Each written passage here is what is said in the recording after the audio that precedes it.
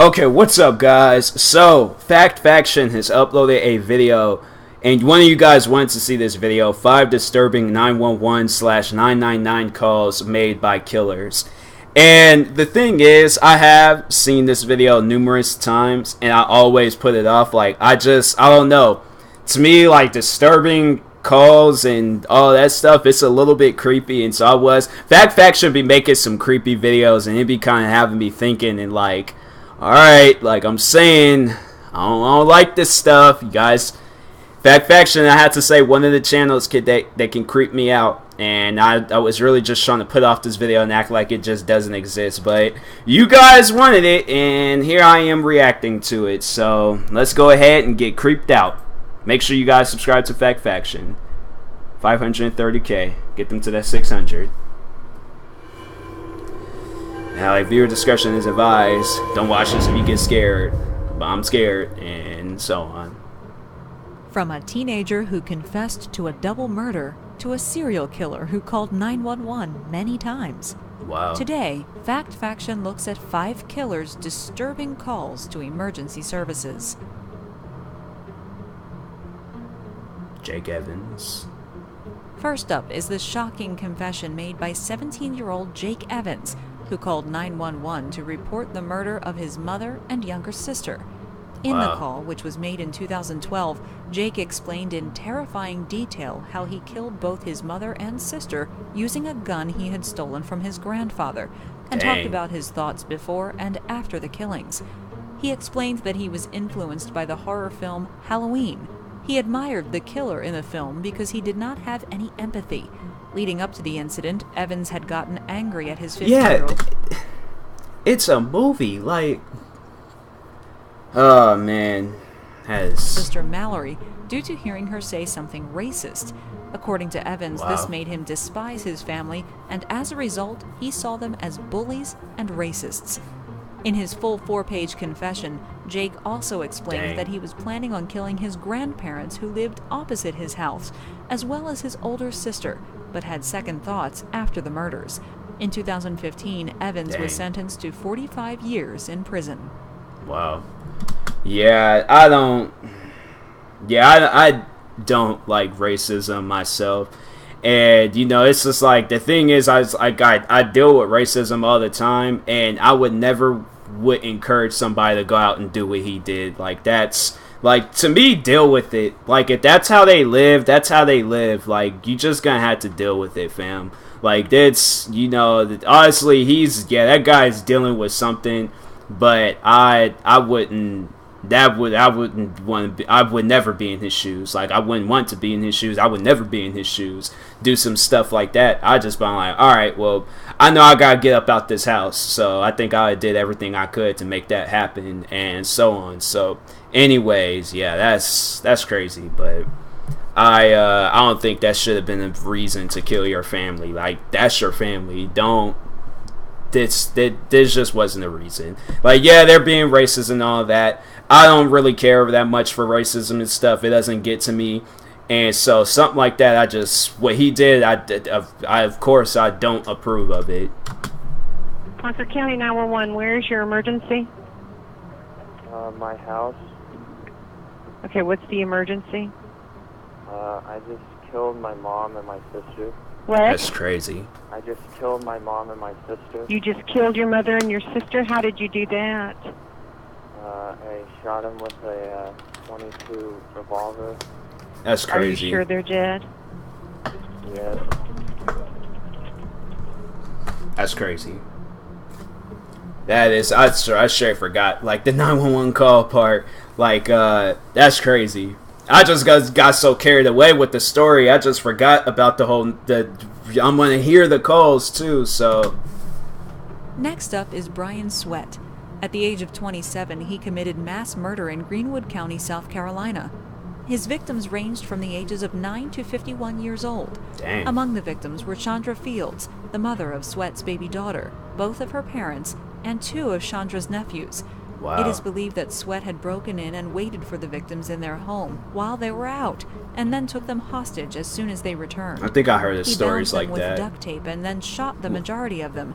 He then called 911 and calmly told the operator that he was about to commit suicide and that he was extremely stressed. Wow. He also told them that he had a weapon in hand. Greenwood 911, may I help you? Oh, yes. I need an officer at 2007 Calliston Highway. What's wrong? Oh, I'm just stressed out, and I'm about to take my life. Wow. What's your name? It's unknown. Dang, you can hear them crying in the background, man. That's crazy. With you? Huh? Do you have a weapon with you? Yes. Get in there. Don't point at me. What's going on? Wow. That is crazy. Before the tragedy took place, Sweat wrote many Facebook posts stating how angry he was with Chandra, as according to him, Chandra was stopping him from seeing his daughter. Fortunately, there were some lives that Sweat spared on the day of the massacre, one of whom was his daughter, who he told to get out of the house, as well as 4 other children. The children ran to a neighbor's house, and the neighbor also called 911. 31911. This is. Yes. I live at 2. What's going on? I just got 4 kids out my door that says that somebody just killed their mama. Wait a minute. Locked in this house. Look, I need at 20. She's got 4 kids there saying somebody just killed their mother.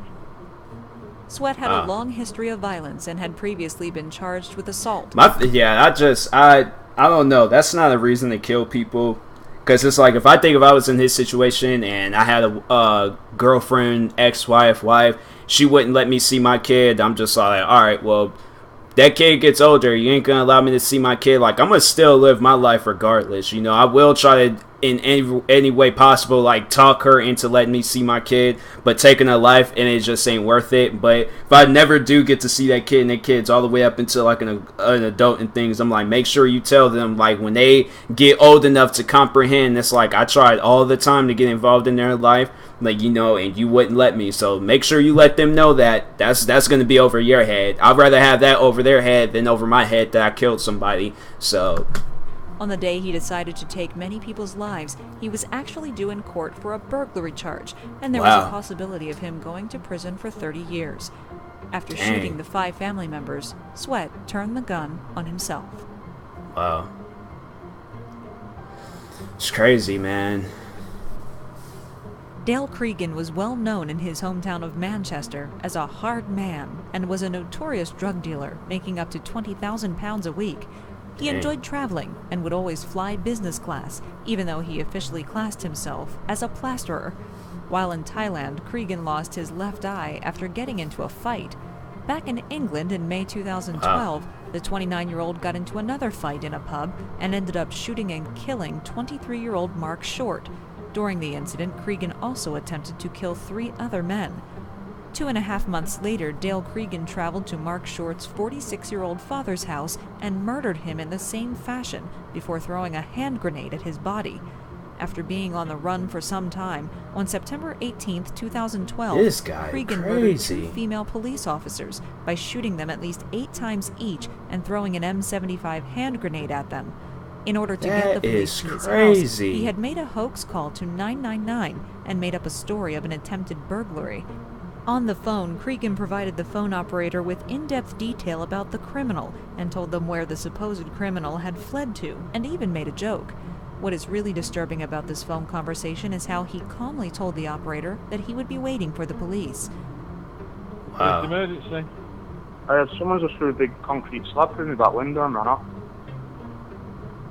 Of the house or a car? What are we talking? No, sorry, my back window in the house. In the house. What's the address there, please? 30 Abbey Gardens, Mosham. Did you see them? Seen one, yeah. You know them? No, I don't know. Do you know why they've done it? I haven't got a clue. So it's all one person running off, yeah? Yeah. Which way have they ran? What direction?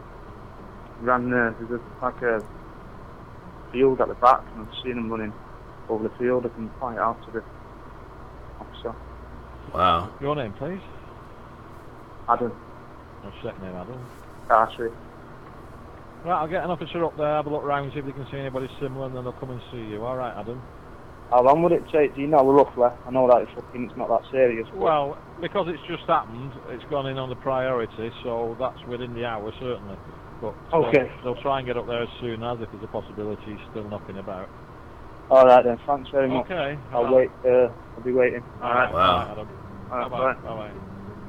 Once the police officers arrived at the house in Greater Manchester, Creegan opened the door and immediately began shooting at the officers, Dang. who unfortunately did not have a chance to react. After the brutal murders, Creegan traveled to a local police station and handed himself in. He told them proudly that he was wanted by the police and then confessed to his awful crimes. Wow. On June 13, 2013, Creegan was found guilty of 4 counts of murder and 3 counts of attempted murder, and was sentenced to life imprisonment without the possibility of that dude needs to be in prison. No doubt about that. That guy needs to be in prison. Like, you out there doing stuff like that, setting up police officers to get killed and stuff.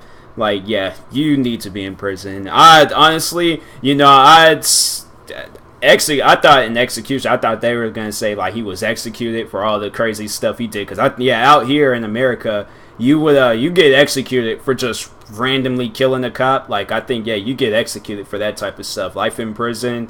Yeah, I feel like they let him off easy. I mean, either way, it's just that's crazy. That's seriously insane.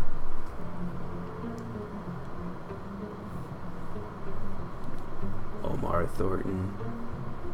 On August 3, 2010, Omar Thornton was called into his place of work at the Hartford Distributors in Manchester, Connecticut, and was confronted with security camera footage which showed him stealing beer. The 34-year-old was a delivery driver for the distributors, and because of the theft was given the options of either resigning from the company or being fired. Thornton decided to sign the resignation papers. Shortly after the signing, and without warning, Thornton pulled out 2 semi-automatic pistols which he had been concealing in his bag and opened fire. Dang. In a matter of minutes, he had murdered 8 employees and seriously injured 2 others. After the shooting was over, Omar locked himself in an office and called his mother and informed her of the massacre. Wow. He also told her that he was about to take his own life. He then called 911 and gave his reasons for the shooting. Here is the call. State Police. It's 911. Yeah, can I help you? This is Omar Thornton, the shooter over in Manchester. Yes, where are you, sir? I'm in the building. Wow. You probably want to know the reason why I shot this place up. This place is a racist place. Yep, I understand that. They treat me bad over here, and treat all other black employees bad over here too. So I take it to my own hands and handle the problem. I wish I could have got more of the people. Yeah. Are you armed, sir? Do you have a weapon with you? Oh yeah, I'm armed. How many guns do you have with you? I got one now. There's one out in the factory there. Yep. That's crazy. Okay, sir. I'm not gonna kill nobody else though. Yeah. We're going to have you surrender yourself somehow here. Not make the situation any worse, you know what I mean? These cops are gonna kill me. No, they're not. We're just going to have to get you to relax. I'm back to calm down. To have you, turn yourself over. How much ammunition you have with you? I got a lot of shots left. Oh. What's that? All right. I guess this conversation is over. I have to take care of business. Tell my people if I love them. Yeah. And I gotta go now. Oh my. Wow. After the call ended, Thornton took his own life by shooting himself in the head before police could get to him. His family and ex-girlfriend claimed that he had complained many times that he was being racially discriminated at work. Dang. His ex also claims that she saw a picture on his phone which showed racist graffiti inside the bathroom where he worked. The company's president, other employees, and union officials are adamant that the racist claims are not true. That's like, once again, not a reason to kill people. Like I said, I deal with racism all the time. Like, you need to understand, as a YouTuber, also being black, you're going to deal with that type of stuff, man. Like, you're going to deal with that regardless. Like, that's just something I feel like that, you automatically sign up for. You have no control over it. That's just, at the end of the day, Those people are evil-minded. Ain't nothing good gonna happen to them. You, on the other hand, just gotta be the bigger and better person. Like, that's just, to me, like, yeah, I wouldn't do that. You know, I thought overall he was shooting them because he shot them because they were making him resign for stealing beer and stuff. And it's like, nah, that's just that. Yeah, either way, like for stealing some beer, or, you know, or having to resign, or being like, you know, just getting called racist names and things, like that's not a reason to kill people. So, man, it's crazy. The weepy voice killer. The last killer on this list is probably the most infamous, as he made numerous chilling phone calls over the span of 2 years. His phone calls to the authorities were so strange that he was nicknamed the Weepy-Voiced Killer. His name was Paul Michael Stefani. After each brutal crime he committed, he would call the police in an emotional manner and confess, but would never give his name. It all started on New Year's Eve in 1980, after he beat a female named Karen Potak so badly that she gained a brain trauma and was close to dying. Dang. The 21-year-old was walking home from a New Year's party late at night in Minneapolis when she was brutally attacked with a tire iron. Stefani then called 911 and informed the police where the woman was. Yes, please, this is an emergency. Please send a squad to Pierce Butler Road, Molenberg Manufacturing Company, machine shop. Please, there's an ambulance too. There's a girl hurt there. Can you tell me what happened to her? Just hurry. She's laying on the ground in the back by the railroad tracks, by the edge here. Hurry. What's the address? I don't know. Who are you? Huh. Police found Karen, and she was taken to the hospital with severe injuries but survived the attack. Stefani's next victim was 18-year-old Kimberly Compton. Kimberly accepted a ride from Stefani in June 1981 after meeting him in a diner.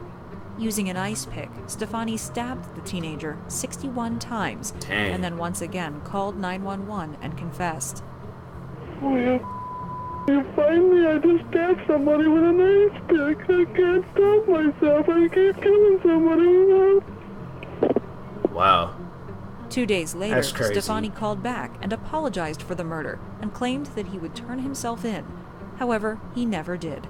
8 days after killing Kimberly, the weepy voice killer called 911 and yet again apologized.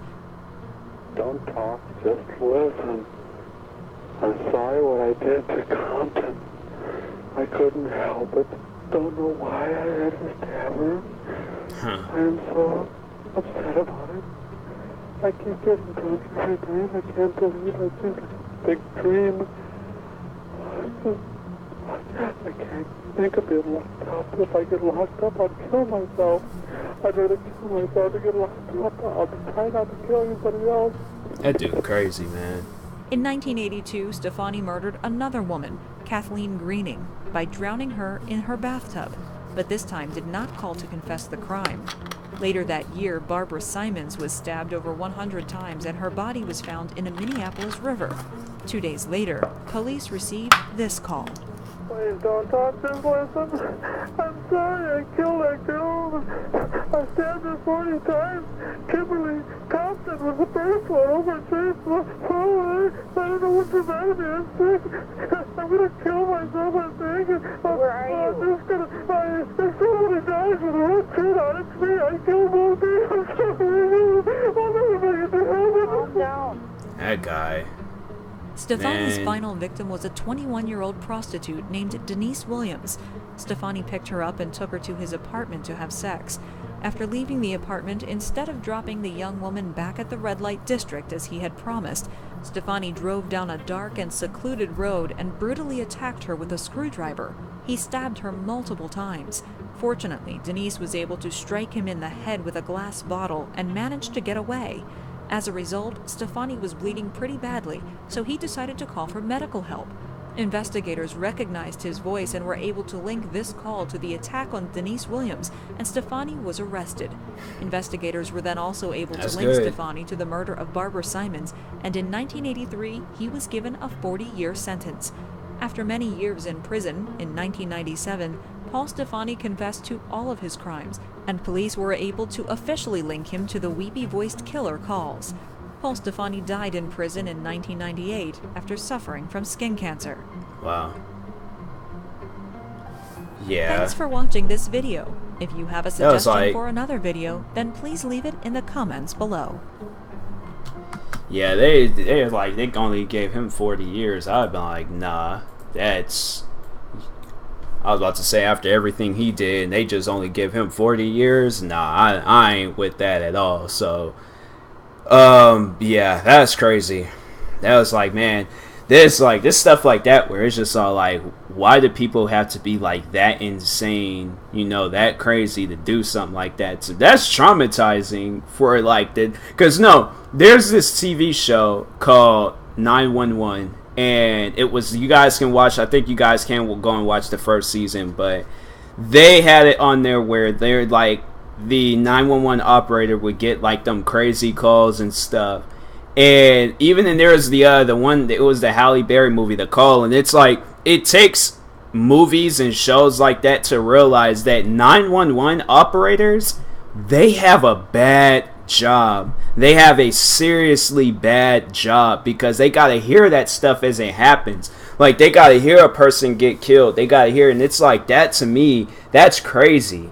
That is seriously insane that stuff like that happens to people. So, you know, 911 operators, like, you guys have the worst job, but then again, it ain't no then again. You guys just got bad jobs. Like, I can't have no job like that. I'm sorry. So, anyways, yeah, talk to you guys later.